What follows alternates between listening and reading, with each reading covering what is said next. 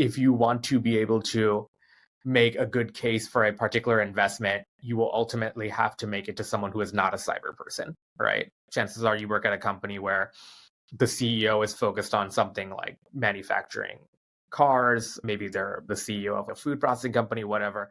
Cyber is not like their day-to-day focus, right? Their focus is on product delivery. And that means increasing sales and cutting costs. So Right. if you're trying to make the case for any kind of cybersecurity investment, you have to be able to think in those terms and make your case on those grounds.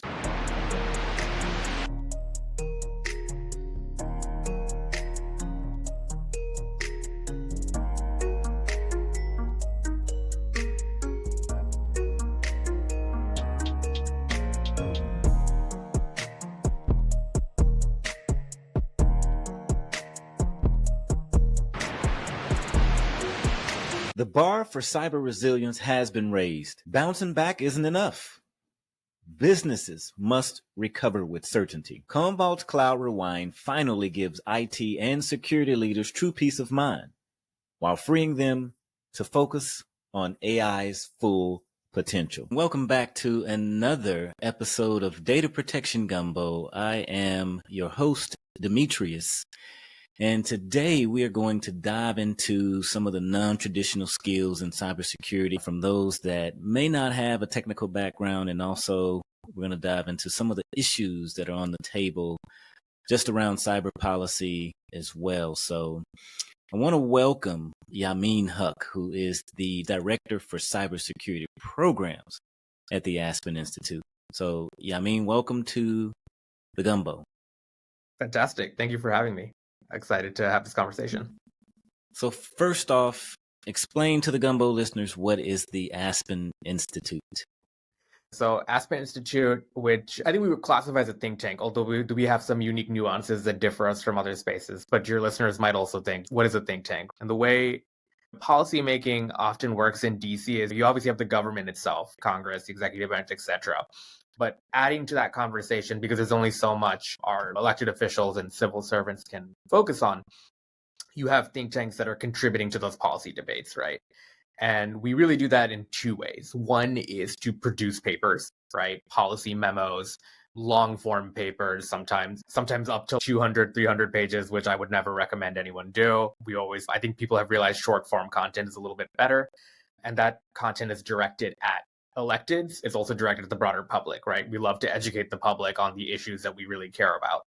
And then the second space is in what's called convening, right? Which is a word that I feel everyone in DC uses over and over again. And basically it just means we help people meet each other, right? Those meetings can be in private, right? They could be private sessions with people in government, in academia, working together, making connections they otherwise didn't have, and talking about issues they might not have thought about previously. In addition to that, we also do public events, right? So I specifically work within the cybersecurity program, which is under Aspen Digital, which is like the tech policy hub at the Aspen Institute. So in terms of what we do, private convenings throughout the year for what we consider our membership network of folks in the private sector to work with folks in government and in other academic think tanks, etc. And then we also do public events, of which our most famous is the Aspen Cyber Summit, which will be happening in November of this year. And it'll be entering close to its 10th anniversary now. And it's basically an opportunity to highlight the key cyber issues of the day, right? And to bring in voices from the government to talk about those issues. Last year, we had some great conversations, just to name a few, around US-China relations, AI and cybersecurity, the issues with the quantum computing era that will someday be upon us, different types of issues like that. So it's a really great way to, go into the weeds, but also highlight things that people may not have thought about before that affect their lives. And I'm assuming that you've been to a few of these events, right? Especially the one that you mentioned that's happening in November. That's something that the Gumbo audience should definitely look into attending. I would absolutely say so. Yeah, I think, first of all, I'd like to think we do a little bit of a job making our events more fun and engaging, I think, than the typical think tank does. And I think the Cyber Summit this year will feature, I think, a lot of really interesting conversations. And we'll talk about that, I think, a little bit later about what are the big cyber policy topics that are coming up potentially this year and over the next 4 years. And we do a really great job of not only going into those issues, but bringing in what I consider to be a big bipartisan focus to really figure out what sorts of things we can agree on with regards to these topics. Have you seen DORA really take flight? You're familiar with the Digital Operational Resilience Act from Europe? So I know it went into effect in January, like the 17th or something like that. But have you been having a lot of conversations around that? Because I think it's something that is probably very important, because I know it pertains to financial services institutions. It's interesting. The conversation about resiliency is something that it's been going on for a while. With regards to specific legislation, we actually haven't heard too much about it yet. I think that's partially because it's an interesting time in the DC policy world right now. You have a change in administration. So there's a lot of focus on right now, even before we get to the conversation about policy, who the new personnel is going to be. So a lot of the topics of discussion right now are basically being able to engage with the new cyber team, right? Coming into both the current administration as well as the new Congress. Getting people up to speed on existing topics is the real focus at the moment, of which one of those is the conversation about what regulations could we see on the horizon over the next 4 years with regards to foreign policy. Yeah. Okay. Yeah. Cool. And since we're talking about skills and maybe non-technical skills, right? Because if we think about cybersecurity, we think about someone who's super technical. Yep. Someone who probably was born a hacker. They came out of the womb with a hoodie on, and they were like in a dark room in the basement somewhere, and they knew how to code. But what are some of the non-technical skills that you think are essential for someone maybe wanting to enter into a cybersecurity career? I think there's a couple that I've noticed, and some of those I've had the fortune of kind of developing over my own career. So I'm by background, a data scientist by training. That's where I started more when I graduated, went into the consulting space, right? And so a lot of my role was building models, right, to do things like predict risk calculations, things like that. So I would say a good understanding of data and metrics is really important. And what I mean by that isn't just being able to like crunch numbers, right? But to be able to really think about what matters, what's worth measuring, and being able to connect it to like reasonable good outcomes. I think a lot of people think about stats in kind of a superficial way, right? And getting out of that mindset is really critical. For me, if you are a data science person, you should be the one more skeptical of numbers than anyone else, right? Like you should have a real understanding of what the limits of our models are and how much we can actually know. One thing I always think through is, if I'm building a model of any kind, to think through, what have I not measured, right? Because oftentimes those things matter too. Oftentimes the most important things in life can't be broken down into numbers, but they have a direct impact on how we interact. To give you a very like specific example, right? I think everyone will agree something like political institutions, right? Democracy, transparency, things like that are very important to like good policy making. How do you put that in a number form, right? Nice that you can squish and make a judgment call, but you can't really do it. So being able to think mathematically involves being able to think about what the limits of those numbers are. On top of that, a couple other things that I would say, I think being able to think in the language of economics and finance is really important. Being able to think through what the ROI of a particular investment is, at least in broad terms, is a very important decision, right? Like cybersecurity at the end of the day is a portfolio game, right? You make investments in cybersecurity on the basis that they'll offer you some kind of benefit, right? Whether it's a reduction from the risks of an attack or anything like that. If you want to be able to make a good case for a particular investment, you will ultimately have to make it to someone who is not a cyber person, right? Chances are you work at a company where the CEO is focused on something like manufacturing cars. Maybe they're the CEO of a food processing company, whatever. Cyber is not like their day-to-day focus, right? Their focus is on product delivery. And that means increasing sales and cutting costs, right? So if you're trying to make the case for any kind of cybersecurity investment, you have to be able to think in those terms and make your case on those grounds, right? The technical beauty of a solution doesn't always matter to everyone in the room. So is there like a percentage of having the technical skills versus the non-technical skills? Because I've never heard someone say that it's a portfolio game, which sounds really interesting to me.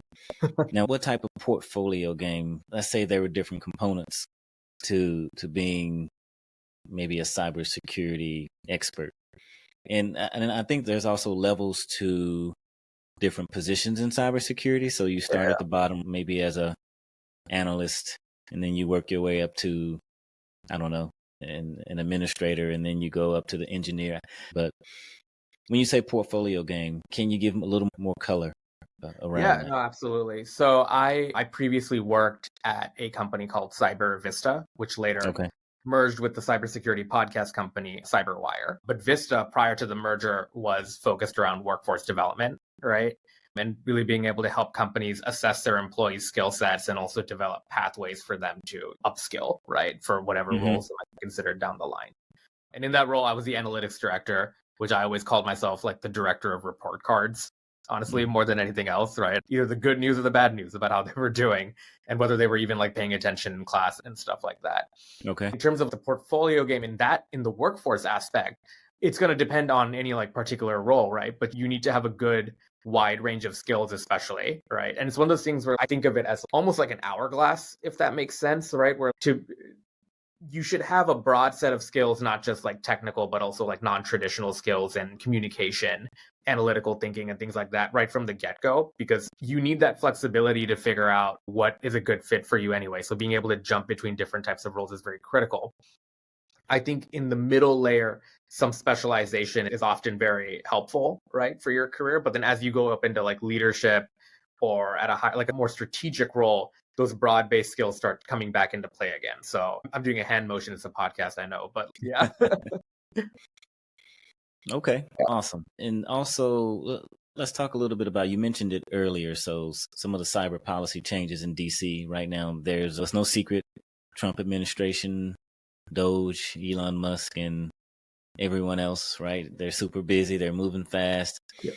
A lot of shakeups are happening right now. And it is what it is. But what's the latest on just the cybersecurity landscape? I also remember hearing that I don't know if there was a new team, and maybe I'm getting that confused with the space program, right? There's a whole thing that's going on with sending people out to explore Mars and all of that. But what are you seeing, or what's your view right now, just overall on cybersecurity, where it fits from a policy perspective, maybe compliance, governance, regulations? Should there be anything that current cybersecurity executives should be worried about or concerned about, or should be on their radar right now? That's a great question. There's a couple of different threads to pull on. I will say one, the new administration has, I think, a very broader look at sort of things they want to prioritize going forward. And what's interesting is I think at that level, there's a lot that both sides of the aisle potentially agree on, right? One is and these are technically non-cyber topics, but they link very closely, as you'll see, to like cybersecurity issues. The three things that we're really seeing, right? One is this idea of more like abundance, right? Being able to unleash the economy, produce more at lower cost, at greater reliability, right? At greater quantity too. And to really think about like strategic ways that we can unleash the American economy, especially in critical sectors like healthcare, energy, etc. And you can see where the cyber component already plays there, right? You can't have abundance or prosperity if like a cyber attack shuts down your power grid, for example, or your water supply, or your hospital for that matter, in a ransomware attack.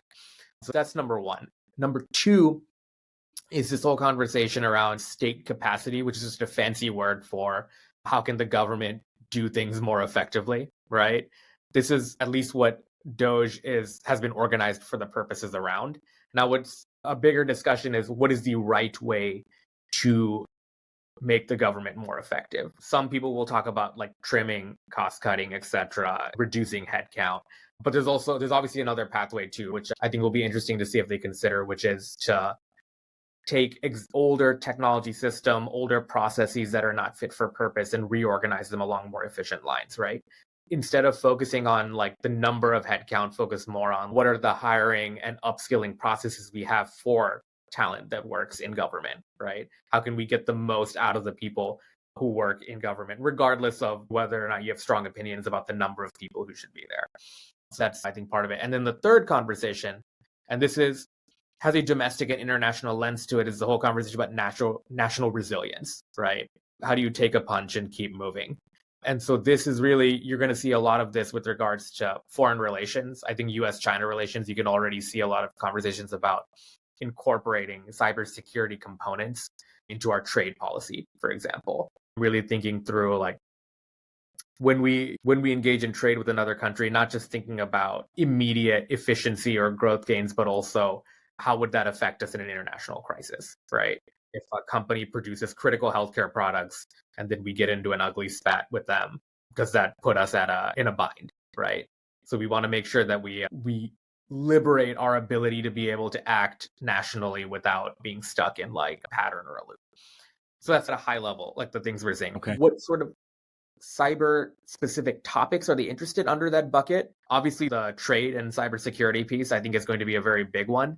Some other ones that I think are interesting, figuring out the right approach to governing AI development is going to be a very interesting one. So we don't really have any like federal level AI regulation recently, but we've had a lot of like state level bills, some of which have passed into law. Really? And that's an interesting space too, because people will give various reasons for wanting to govern AI more effectively to reduce risks, right?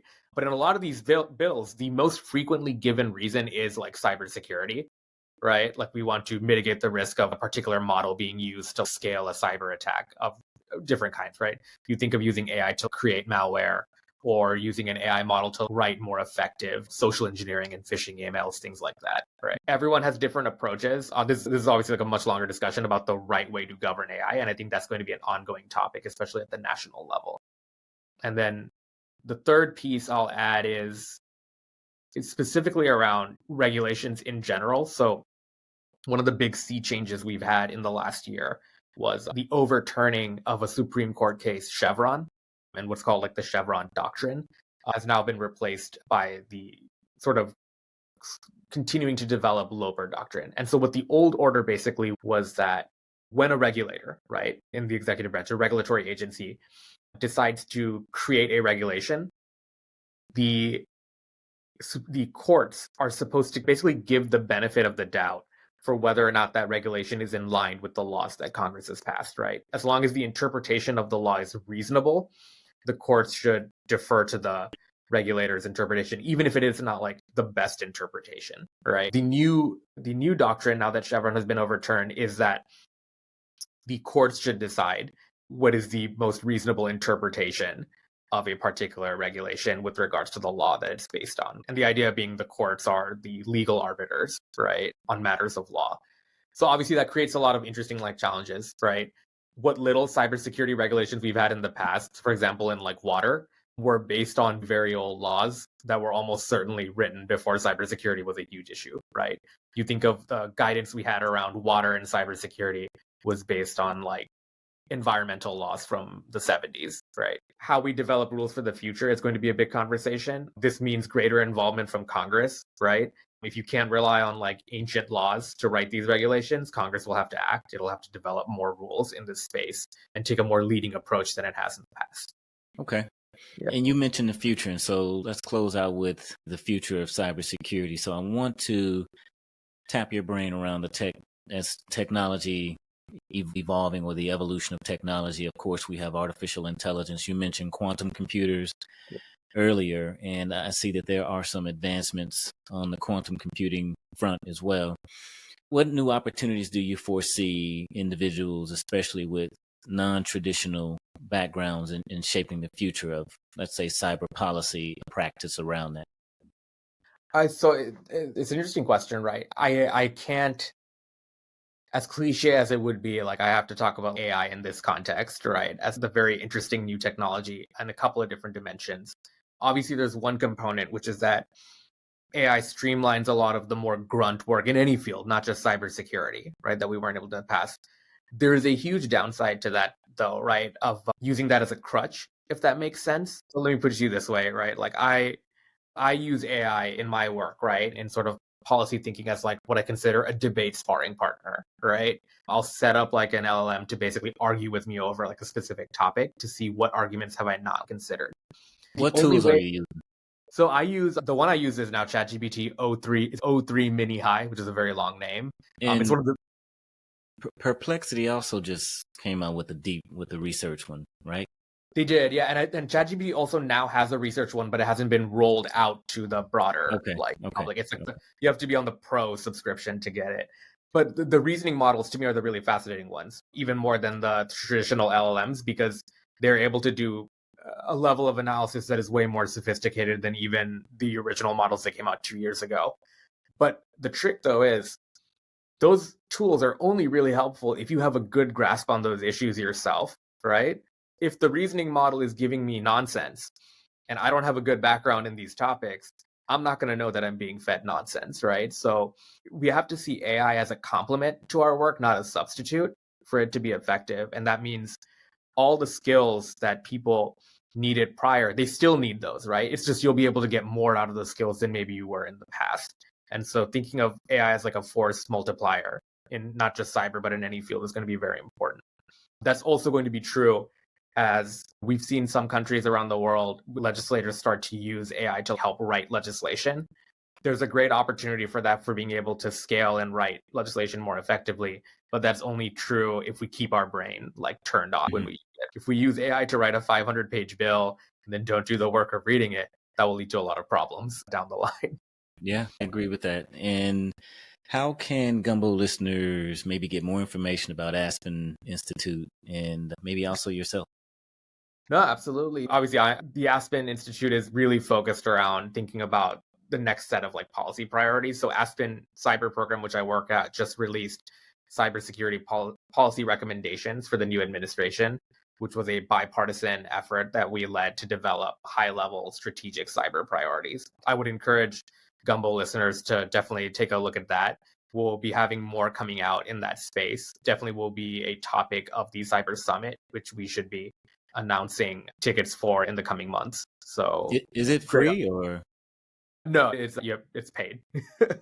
Okay. All right. Yeah. So start saving your money now. Is it? I'm sure you probably have some type of programs or discounts. We do, absolutely, especially for students. We have programs set up. Yeah. And where is the conference going to be? It will be in Washington, D.C.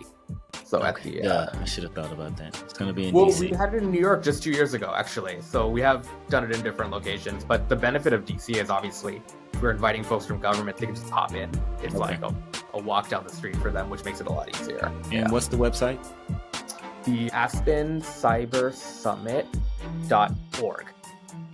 AspenCyberSummit.org. Yes. Got it. Yameen, thank you so much for your knowledge, and I saw your history, your trajectory there.